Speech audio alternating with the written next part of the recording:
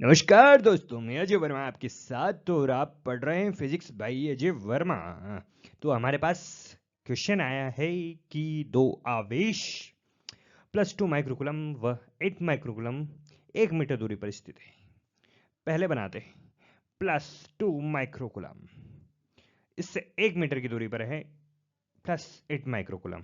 Okay, अब पूछा गया है कि उनको मिलाने वाली रेखा पर 2 माइक्रोकूलम आवेश से कितनी दूरी पर विद्युत क्षेत्र शून्य होगा। मतलब इससे पर्टिकुलर कितनी दूरी पर, x दूरी मान लेता हूं, ये यहां से यहां तक की दूरी है 1 मीटर, ठीक है। तो इतनी दूरी पर विद्युत क्षेत्र शून्य होगा। तो इस दूरी को फाइंड करना है, x फाइंड करना है यहाँ पर। तो x कितना होता है फाइंड करते दोस्तों।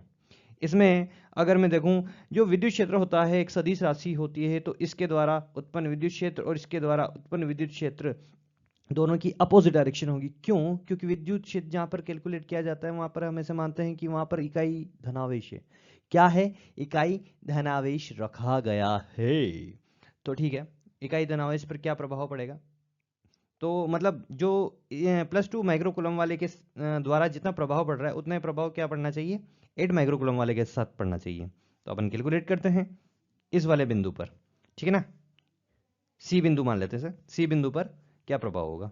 तो मैं लिखूंगा ई 2 माइक्रोकूलम वाले के द्वारा कितना हो जाएगा, ये हो जाएगा के क्यू, क्यू कितना है यहाँ पे +2 माइक्रोकूलम अपॉन, ठीक है, और प्लस लिखने की जरूरत नहीं होती वैसे, ठीक है ना, और अपॉन आर स्क्वायर, दूरी कितनी लिए? एक्स लिए, उसका स्क्वायर हो जाएगा, ठीक है।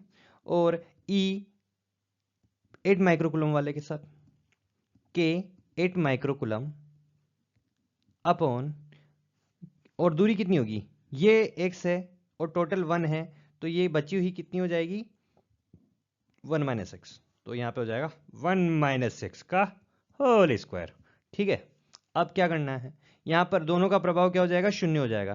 तो दोनों का प्रभाव शून्य कब होगा? जब दोनों बराबर होंगे और एक दूसरे को खत्म कर देंगे। दोनों बराबर होंगे, एक दूसरे को खत्म कर देंगे। मैं लिख सकता हूँ E2 माइक्रोकुलम बराबर ई 8 माइक्रोकुलम बराबर होने चाहिए, ठीक है।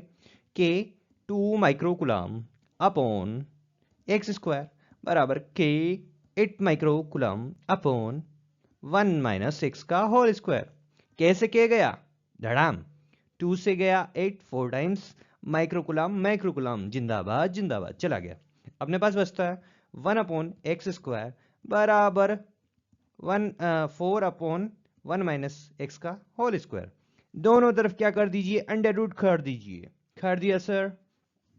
अब इसके बाद क्या कीजिए? अंडर रूट करने के बाद मैं इधर सोल्व करता हूँ, ठीक है। सोल्व किया 1/x, एक्स स्क्वायर का अंडर रूट x हो जाएगा, 4 का 2 हो जाएगा, और 1 - एक्स स्क्वायर का क्या हो जाएगा? 1 - एक्स। अब क्रॉस मल्टीप्लाई कर लो, इधर से उधर उड़ा के धड़ल्ले से इसको भेज दो। भेज दिया सर। इधर हो जाएगा 1 - एक्स, इधर हो जाएगा 2x। जब x इधर की साइड उड़ के जाता है तो प्लस का हो जाएगा, तो 1 बराबर 3x हो जाएगा, और अपने पास x बराबर हो जाएगा 1/3 मीटर। कैलकुलेशन किस में चल रही थी दोस्तों? मीटर में चल रही थी। तो हमारा आंसर आएगा 1/3 मीटर, मतलब 2 माइक्रोकूलम वाले से 1/3 मीटर दूरी पर विद्युत क्षेत्र की तीव्रता कितनी हो जाएगी बच्चे? शून्य हो जाएगी। Thank you. नेक्स्ट क्वेश्चन करते हैं इसके बाद हम। तो दोस्तों हमारे पास अगला क्वेश्चन है जिसमें लिखा गया है कि R1 व R2 त्रिज्या के दो आवेशित गोलों को एक तार से जोड़ा जाता है। गोलों के विद्युत क्षेत्र का अनुपात क्या होगा? ठीक है दोस्तों, सबसे पहली बात है इन दोनों के विद्युत क्षेत्र का अनुपात निकालना है, ठीक है। तो सबसे पहले गोले बनाइए। ये पहला गोला R1 त्रिज्या का, दूसरा गोला R2 त्रिज्या का, ठीक है। जब इनको एक तार से जोड़ा जाता है, किससे जोड़ा जाता है? एक तार से जोड़ दिया मैंने, जोड़ दिया। तार से जोड़ने से क्या होता है बेटा? इसमें क्या होता है, इसका जितना विभव पहले था V1 ले लिया, अब और इसका विभव जितना था पहले V2, वो क्या हो जाएंगे? V1 बराबर V2 हो जाएंगे। क्या करने से? तार से जोड़ने से, ठीक है। तो मैं यहां पे लिख सकता हूं V1 का फॉर्मूला क्या हो जाएगा? KQ/R1, कैपिटल R लेते हैं। और V2 का कितना हो जाएगा बेटा? के क्यू बाय R2। तो ये दोनों बराबर है तो मैं सोल्व कर सकता हूँ V1 बराबर V2 के क्यू बाय, सॉरी यहाँ पे Q1 आएगा, यहाँ पे Q2 आएगा, ठीक है ना। Q1 अपॉन R1 बराबर के Q2 अपॉन R2, ठीक है।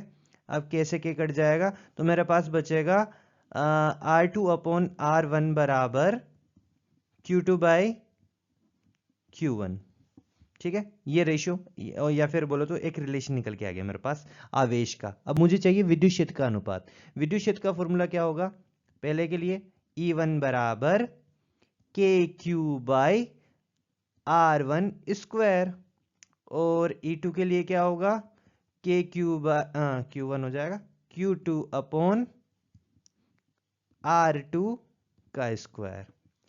दोस्तों हमें ऑलरेडी एक रिलेशन पता है कि Q1 Q2 sorry R2 upon R1 क्या होता है उसके अकॉर्डिंग, और Q2 अपॉन Q1 क्या होता है उसके अकॉर्डिंग सोल्व कर सकते हैं। अपन को निकालना है E1 अपॉन E2, तो दोनों डिवाइड हो जाएंगे, K से K गया, बचेगा क्या Q1 डिवाइडेड बाई Q2, ठीक है। और नीचे बचेगा R1 square divided by R2 square. Q1 Q2 क्या था अपना, Q1 Q2 Q2 by Q1 या फिर Q1 Q2, Q1 Q2 हो जाएगा R1 अपॉन R2, ठीक है।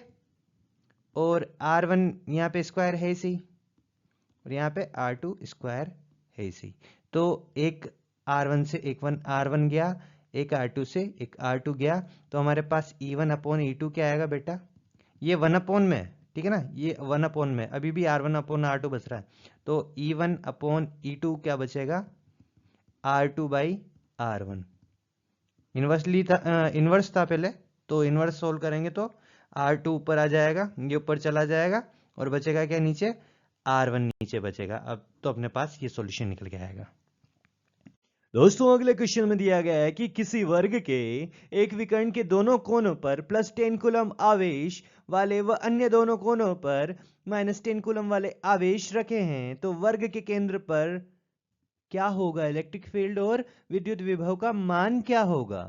तो कैलकुलेट करने के लिए अपन को सबसे पहले डायग्राम बनाना पड़ेगा। किसका डायग्राम बनाइए, सबसे पहले हम वर्ग का डायग्राम बनाएंगे। बोला गया है दो कोनों पर तो रखा गया है +10 कूलम, और अन्य दो कोनों पर रखा गया है -10 कूलम, ठीक है।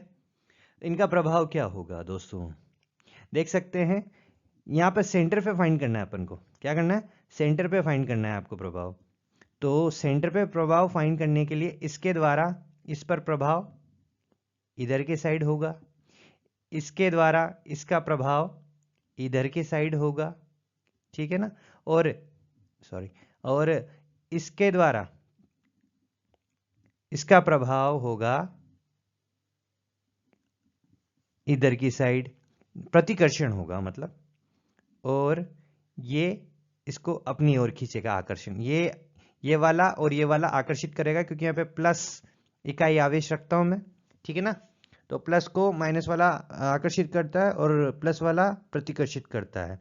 तो ये +10 और +10 आपस में कैंसिल हो गए, इसका प्रभाव विद्युत क्षेत्र का अगर मैं देखूं तो, ठीक है ना, क्योंकि विद्युत क्षेत्र सदिश राशि है, डायरेक्शन अपोजिट है और मान समान है, तो इनका प्रभाव कैंसिल हो जाएगा, इसका प्रभाव भी इसके प्रभाव के कारण सेम हो जाएगा। तो यहाँ पे विद्युत क्षेत्र का मान जो निकल के आएगा, टोटल कुल परिणामी जो मान निकल के आएगा वो 0 निकल के आएगा। ओके, अब अगली बात करते हैं विद्युत विभव की। विद्युत विभव दोस्तों एक अदिश राशि है, सदिश राशि नहीं है, क्या है, अदिश राशि। तो इसमें क्या होगा, यहां से यहां तक की दूरी को मैं R मान लेता हूं, इनको मैं एक बार मिटाता हूं, ठीक है। वर्ग के सेंटर से दूरी, हर आवेश की दूरी क्या होगी, बराबर होगी। इसको R मान लेता हूं, ये भी R होगा, ये भी R होगा, ये भी R होगा, क्योंकि वर्ग है, ठीक है ना। तो सब समान दूरी पर है, और अपन को सेंटर पे क्या फाइंड करना है, विद्युत विभव फाइंड करना है। तो फॉर्मूला क्या होता है विद्युत विभव का, के क्यू बाई R, और यहाँ पे जो Q रखा जाता है वो आवेश के जो साइन होता है प्लस या माइनस, उसके हिसाब से रखा जाता है। तो यहाँ पर मैं लिखूंगा टोटल V K Q1 बोले तो प्लस 10 अपॉन R, अगला प्लस 10 K 10 अपॉन R, अगला माइनस का, तो माइनस प्लस माइनस हो जाएगा, ठीक है ना, K 10 अपॉन R, अगला same to same K 10 upon R, क्योंकि दो पॉजिटिव वाले हैं और दो नेगेटिव वाले हैं और समान दूरी पर हैं, तो ये वाला इससे कैंसिल हो गया, ये वाला इससे कैंसिल हो गया, तो V भी कितना है अपना मान 0, ठीक है ना। तो ऑप्शन फर्स्ट असही है। मेरे पास अगला क्वेश्चन है, विद्युत विभव के कारण किसी बिंदु पर उत्पन्न क्षेत्र की तीव्रता का मान अनुक्रमानुपाती होता है। किसके होता है दोस्तों, हमें पता है जो द्विध्रुव होता है उसके कारण उत्पन्न विद्युत क्षेत्र की तीव्रता का जो मान होता है उसकी दूरी से, किसी भी आवेश की दूरी से व्युत्क्रमानुपाती होता है, दूरी के घन के, ठीक है ना। तो ये आंसर निकल के आएगा। तो इसको ऐसे भी लिख सकते हैं बराबर 1 अपॉन आर की पावर -3, पावर ऊपर चलेगी तो -3 हो जाएगी, ठीक है ना। तो स आंसर है इसका। इस वाले क्वेश्चन में पूछा गया है कि द्विध्रुव आघूर्ण का मात्रक है वोल्ट, जूल, कूलम पर मीटर, कूलम मीटर। फॉर्मूला हमें याद होना चाहिए द्विध्रुव आघूर्ण का। फॉर्मूला क्या होता है भैया कि P बराबर हो वह है Q इंटू और उनके बीच की दूरी, Q इंटू 2L, दूरी कितनी हो भाई 2L हो, ठीक है ना। तो Q का मात्रक क्या है कूलम और इसका मात्रक क्या है मीटर, तो कूलम मीटर, द आंसर सही है। तो दोस्तों हमारे पास अगला क्वेश्चन है कि विद्युत द्विध्रुव के कारण बल आघूर्ण का सूत्र होवे है, क्या होवे है, इसका सूत्र होवे है टार्क बराबर या फिर टाउ बराबर P क्रॉस E, क्या होवे है P क्रॉस E, आंसर हो जाएगा। हमारे नोट्स में अच्छी तरह से लिखा रखा बेटा, ठीक है। तो और हमारे पास नेक्स्ट स्लाइड प्लीज। नमस्कार दोस्तों, अब हमारे पास अगला क्वेश्चन है जिसमें लिखा हुआ है HCl अणु के H तथा Cl माइनस के बीच की दूरी 1.28 एंगस्ट्रॉम है, तो इस अणु के विद्युत द्विध्रुव आघूर्ण का मान क्या होगा। तो दोस्तों यहाँ पे आपके H प्लस आयन इधर Cl माइनस आयन, इन दोनों के बीच में कुछ ना कुछ दूरी है, वो है 1.28 एंगस्ट्रॉम, बोले तो 1.28 इंटू 10 की पावर -10 मीटर। ओके, मीटर में कन्वर्ट करना पड़ता है क्वेश्चन को सोल्व करने के लिए, ठीक है ना। तो द्विध्रुव आघूर्ण का मान क्या होगा, बोले द्विध्रुव आघूर्ण क्या होता है P बराबर Q इंटू 2L, ठीक है ना। Q का मान क्या है यहाँ पे एक आयन, यहाँ पे भी एक आयन, बोले तो 1e बोले तो 1.6 इंटू 10 की पावर -19 कूलम, ठीक है। ओके, अब यहाँ पे माइनस होगा ना, ठीक है ना, और 2L इनके बीच की दूरी 1.28 इंटू 10 की पावर -10 मीटर। ओके, पावर को अलग कर देते हैं, इन नंबर को अलग कर देते हैं, 1.6 इंटू 10 की पावर 1.6 इंटू 1.828 इंटू 10 की पावर -19, पावर जुड़ जाएगी सेम, उसमें है 19, ठीक है ना, 19 10 1.6 इंटू 1.28 इंटू 10 की पावर कितना हो जाएगा -29, सभी ऑप्शंस में है पावर -29, एक को छोड़ के -29, यहाँ पे भी -29, और 1.6 इंटू 1.28 कितना हो भाई, ये होता है आपका 2.05 और इधर बचेगा 10 की पावर -29, तो आपका आंसर होगा 2.05 इंटू 10 की पावर -19। Thank you. अगला क्वेश्चन है कि एक विद्युत द्विध्रुव को किसी विद्युत क्षेत्र में रखा गया है तो उस पर लगने वाला बलागुण का मान होगा। बलागुण का मान होता है, बलागुण बोलते हैं टाउ बराबर P क्रॉस E, ठीक है। और P क्रॉस E को खोलते हैं तो अपने पास ये क्रॉस प्रोडक्ट का खोलेंगे तो क्या आएगा PE sin थीटा, ठीक है। तो ब वाला आंसर सही है।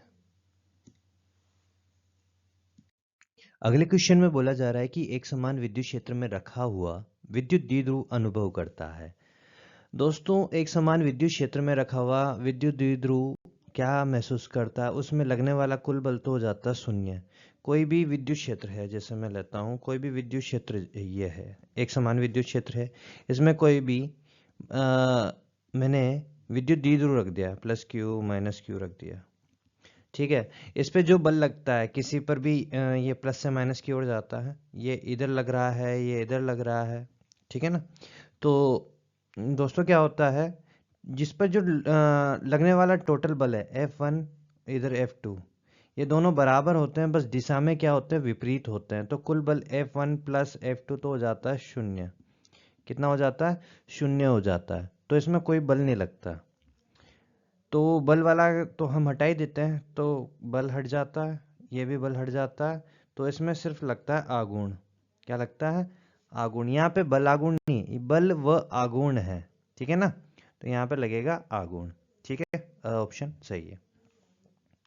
Next question. नेक्स्ट क्वेश्चन में बोला जा रहा है, यदि एक बंद घन के अंदर प्लस माइनस क्यू आवेश वाले दो द्विध्रुव एक दूसरे के लंबवत रखे हुए हैं, तो घन से निर्गत कुल फ्लक्स होगी। दोस्तों अपने पास फ्लक्स का फॉर्मूला होता है ई डॉट डी एस, या फिर ये फाई बराबर होता है ई डॉट डी एस बराबर, और ये भी इसके बराबर होता है क्यू बाई एप्सिलॉन नॉट के लिए। गॉस प्रमेय के द्वारा किसी बंद सरफेस में विद्युत फ्लक्स का मान कितना होता है, कुल आवेश डिवाइडेड बाय एप्सिलॉन नॉट, ठीक है। कुल आवेश कितना है, प्लस माइनस क्यू वाले दो द्विध्रुव रखे हैं, ठीक है ना। द्विध्रुव रखे हैं, द्विध्रुव में एक प्लस क्यू होता है और एक माइनस क्यू होता है। अब कितने भी ले लो भाई साहब, कितने भी द्विध्रुव लेते जाओ, एक तो प्लस हो गया एक माइनस हो गया, तो कुल आवेश कितना हो गया, शून्य हो गया। तो कुल आवेश शून्य हो गया, तो आपका कुल फ्लक्स कितना हो जाएगा, शून्य हो जाएगा। नेक्स्ट क्वेश्चन, गाउस का नियम किन क्षेत्रों के लिए यथार्थ है। एक समान क्षेत्रों के लिए, सभी क्षेत्रों के लिए, व्युत्क्रम के नियम का पालन करने वाले क्षेत्रों के लिए, नियम का क्षेत्र से कोई संबंध नियम का क्षेत्र से कोई संबंध नहीं होता है। तो दोस्तों जो आपका गाउस का नियम है ना, सिर्फ व्युत्क्रम वर्ग के नियम का पालन करने वाले, जो कूलम द्वारा फॉर्मूला दिया गया था, F is proportional to Q1 Q2 का गुणनखंड और F is proportional to 1/r², तो इसको ये फॉलो करता है, ठीक है ना। अगला क्वेश्चन, द्विध्रुव के कारण किसी अक्षीय रेखा पर r दूरी पर क्षेत्र व इसके लंब अर्धक, या अपन को ये रिलेशन पता होता है बेटा कि ये तो अक्षीय वाली पोजीशन, ठीक है ना, और इसके लंब पर निरक्षीय वाली पोजीशन, ये इधर अक्षीय और ये निरक्षीय, इन दोनों में रिलेशन क्या होता है, जो अक्षीय वाला पार्ट होता है, एक्सियल वाला, ये हिंदी में लिखता हूँ, अक्षीय वाला जो विद्युत क्षेत्र होता है, निरक्षीय का कितना होता है, दुगना होता है। क्या होता है, निरक्षीय का दुगना होता है। तो अपने पास विद्युत क्षेत्र की जो तीव्रता होगी अक्षीय पर, ई अक्षीय एक्सियल और ई इक्वेटोरियल जो होती है वो हो जाएगी 2/1, 2:1 निकल के आ जाएगा, ठीक है ना। तो आंसर हो जाएगा। Next question. दोस्तों अगला क्वेश्चन दे रखा है, यदि आवेश Q घन के केंद्र पर स्थित है तो घन की एक फलक से निकलने वाले विद्युत फ्लक्स का मान क्या होगा, विद्युत फ्लक्स क्या होगा। दोस्तों एक घन लिया अपन ने, क्या लिया, घन लिया, टणा टणा टणा टणा टणा। देखो घन बनाने का अलग अलग तरीका होता है अपना, अपने हिसाब से बना लेना, ठीक है। सॉरी, हाँ ये हो गया। अब इसके बीच में रखा हुआ है, या कहीं पे भी रखा है क्यू, लो बीच में रखा है क्यू आवेश। ये क्यू आवेश क्या करेगा, हर फलक पर बल रेखाएं छोड़ेगा, ढा ढा ढा ढा ढा, और ये बल रेखाएं जिस क्षेत्र को काटेगी, जितनी बल रेखाएं काटेगी जिस भी क्षेत्रफल को, वो उसका फ्लक्स हो जाएगा, ठीक है ना। तो अपन को किसी भी एक सरफेस पर से निकलने वाला विद्युत फ्लक्स का मान ज्ञात करना है। तो टोटल का निकाल लो, डिवाइडेड बाय जितनी सरफेस है उससे डिवाइड कर दो, ठीक है ना। समान समान बटेगी, क्योंकि कितनी सरफेसेस है, 1 2 3 4 5 6 से डिवाइड करना है। तो अपने पास क्या होता है, टोटल फ्लक्स होता है Q by epsilon not, Q total divided by epsilon not, ये टोटल है, टोटल फ्लक्स, और एक सरफेस से निकालना है तो एक टोटल सरफेस से डिवाइड कर दो, कितनी सरफेस है, 6 है, तो Q by 6 epsilon not. Answer is the. अब नेक्स्ट वाला क्वेश्चन, एक आवेशित चालक गोला विद्युत क्षेत्र उत्पन्न नहीं करता। एक आवेशित चालक गोला विद्युत क्षेत्र उत्पन्न नहीं करता। किसी आंतरिक बिंदु पर, किसी बाहरी बिंदु पर, 2 मीटर से अधिक दूरी पर, 10 मीटर से अधिक दूरी पर। दोस्तों यहाँ पे कैसे, आंसर अ। किसी भी आवेशित चालक गोले के अंदर विद्युत क्षेत्र उत्पन्न नहीं होता, बाहर होता है, बाहर होता है, बाहर होता है, ठीक है ना। तो यह ऑप्शन मतलब अपना ऑप्शन सही है, अ सही है, ठीक है ना, अ सही है। नेक्स्ट अगला क्वेश्चन, एक बंद करने वाले पृष्ठ के अंदर आवेश की स्थिति इस प्रकार से बदली जाती है कि कुल आवेश आवेश स्थिर रहता है। बंद पृष्ठ से विद्युत फ्लक्स का अभिवाह बढ़ता है, कम होता है, अव्यवस्थित रहता है, या अव्यवस्थित रूप से बदलता है, या अपरिवर्तित रहता है। दोस्तों इसमें ऐसा सीन है, कोई भी बंद पृष्ठ ले लिया मैंने, अब इसमें बोला जा रहा है कभी आवेश यहाँ पर घूम रहा है, तो कभी आवेश यहाँ पर घूम रहा है, कभी आवेश यहाँ पर घूम रहा है, कभी यहाँ पर आवेश घूम रहा है। तो गॉस के प्रमेय के अनुसार इसमें टोटल आवेश जितना होता है ना उस पर डिपेंड करता है, भले से उसकी स्थिति कहीं पर भी हो, उससे डिपेंड नहीं करता। टोटल आवेश इसके इस पृष्ठ के अंदर जितना होगा वो कैलकुलेट किया जाता है, स्थिति से मायने नहीं रखता। तो इसमें कहीं पर भी घूमता रहे, यह अपरिवर्तित रहता है, अपरिवर्तित रहता है फ्लक्स, ठीक है ना। नेक्स्ट क्वेश्चन, अगला क्वेश्चन कहता है भाई साहब कि एक विद्युत द्विध्रुव को असमान विद्युत क्षेत्र में रखा जाए तो उस पर केवल बल आघूर्ण लगेगा, उस पर कोई बल आघूर्ण नहीं लगेगा, उस पर परिणामी बल आघूर्ण लगेगा, उस पर केवल एक बल लगेगा। तो दोस्तों किसी भी विद्युत द्विध्रुव को असमान हाँ विद्युत क्षेत्र में रखा जाता है, असमान विद्युत क्षेत्र में रखा जाता है।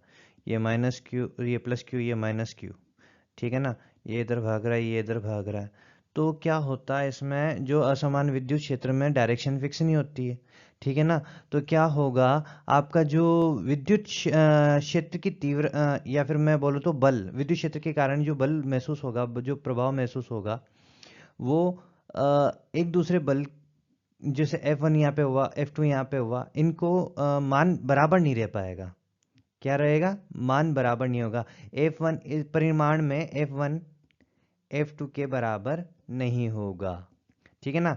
F1 F2 के बराबर तब होता है जब विद्युत क्षेत्र क्या होता है, समान रहता है, एक समान रहता है। यहाँ पर नहीं होगा तो यहाँ पर एक परिणामी बल लगेगा, ठीक है। और बलागुण तो उत्पन्न होता है ही सही, क्योंकि ये अलग पोजीशन में है तो बलागुण उत्पन्न होगा, ठीक है। इसका ऑप्शन हो जाएगा स।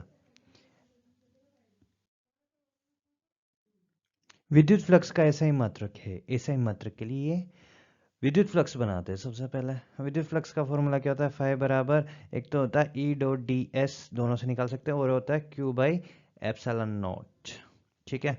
ई डॉट डी एस से करते हो आप, ई का वो क्या होता है, न्यूटन पर कूलम, और डी एस बोले तो सरफेस एरिया, सरफेस एरिया का क्या होता है, मीटर स्क्वायर। तो क्या हो गया, newton metre square upon coulomb, बोले तो न्यूटन प्रति कूलम, और मीटर स्क्वायर। पॉजिटिव पावर ढूंढ लीजिए, इसमें अ ऑप्शन है, ठीक है ना। और इससे करें तो क्यू का कूलम हो जाता है भैया।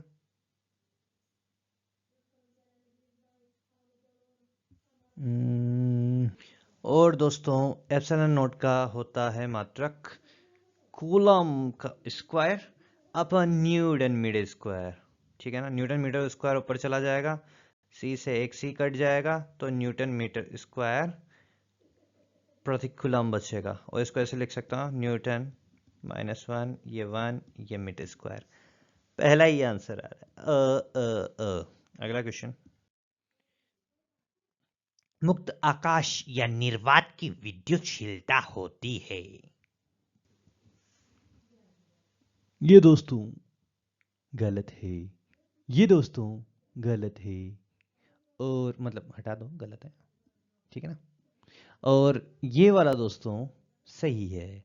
इसका मात्रक यही होता है 8.85 इंटू 10 की पावर -12 कूलम स्क्वायर पर न्यूटन मीटर स्क्वायर।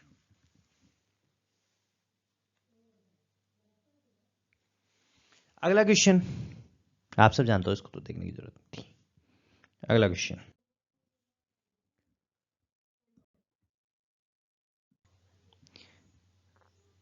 दोस्तों क्वेश्चन ऐसा है कि किसी बिंदु आवेशित पदार्थ के कारण 4 मीटर की दूरी पर विद्युत क्षेत्र उत्पन्न हो रहा है 9 न्यूटन प्रति कूलम। इस बिंदु आवेशित पदार्थ से 16 न्यूटन कूलम परिमाण विद्युत क्षेत्र की दूरी होगी। दोस्तों हमें क्वेश्चन दे रखा है कि कोई पदार्थ है आवेशित, बिंदु आवेशित पदार्थ है, उसे 4 मीटर की दूरी पर अपना विद्युत क्षेत्र आ रहा है 9 न्यूटन प्रति कूलम। तो यहाँ पे इसका फॉर्मूला हो जाएगा के क्यू बाई दूरी है 4, 4 का स्क्वायर 16, 9। तो के क्यू का मान कितना हो जाएगा यहाँ पे 9 इंटू 16। ठीक है, अब बात करते हैं हम किसकी, इसी सेम बट दूरी डिफरेंट पर अपना मान आ रहा है विद्युत क्षेत्र का 16 न्यूटन प्रति कूलम। तो फॉर्मूला हो जाएगा E2 बराबर वही के क्यू, आवेश तो वही रहेगा, के क्यू दूरी बदल जाएगी, बराबर कितना आ रहा है 16। के क्यू का मान कितना आया 9 इंटू 16, यहाँ से के क्यू का मान उठा के पुट कर दो, 9 इंटू 16 बराबर 16 और ये एक्स स्क्वायर, 16 से 16 गया वही 9 बराबर एक्स स्क्वायर हो गया। तो एक्स अपने पास क्या गया 3 आ गया, तो आंसर 3 हो गया। मजा आ गया, ठीक है नेक्स्ट चलते हैं। किसी बिंदु आवेश को केंद्र मानकर खींचे गए 15 सेंटीमीटर त्रिज्या के गोलीय गाउसीय पृष्ठ पर विद्युत फ्लक्स का मान फाई है। यदि इस पृष्ठ को की त्रिज्या दुगनी कर दें तो पृष्ठ से गुजरने वाला फ्लक्स का विद्युत फ्लक्स का मान होगा। दोस्तों हमारे पास क्वेश्चन में बोला हुआ है कि एक गोला लिया मैंने 15 सेंटीमीटर त्रिज्या का, कोई भी त्रिज्या ले लो, ठीक है ना, इसके अंदर आवेश होगा, ठीक है, हो गया, इसके द्वारा उत्पन्न फ्लक्स होगा फाई। अब बोल रहे त्रिज्या तिगुनी कर दो, 15 का 15, 15 30, 15 45, तो मतलब त्रिज्या कितनी कर दी 45।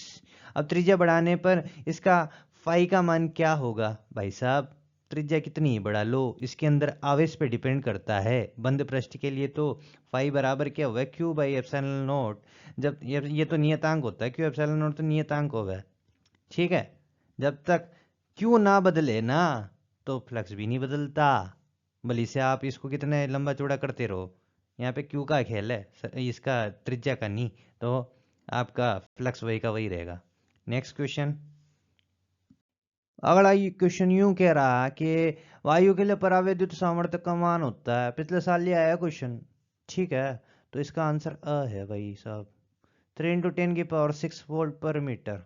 ठीक है, थैंक यू, आज के लिए पढ़ते रहिए फिजिक्स भाई अजय भाई सबके साथ, फिजिक्स भाई अजय वर्मा सर, हा हा, थैंक यू, टाटा टाटा टाटा टाटा।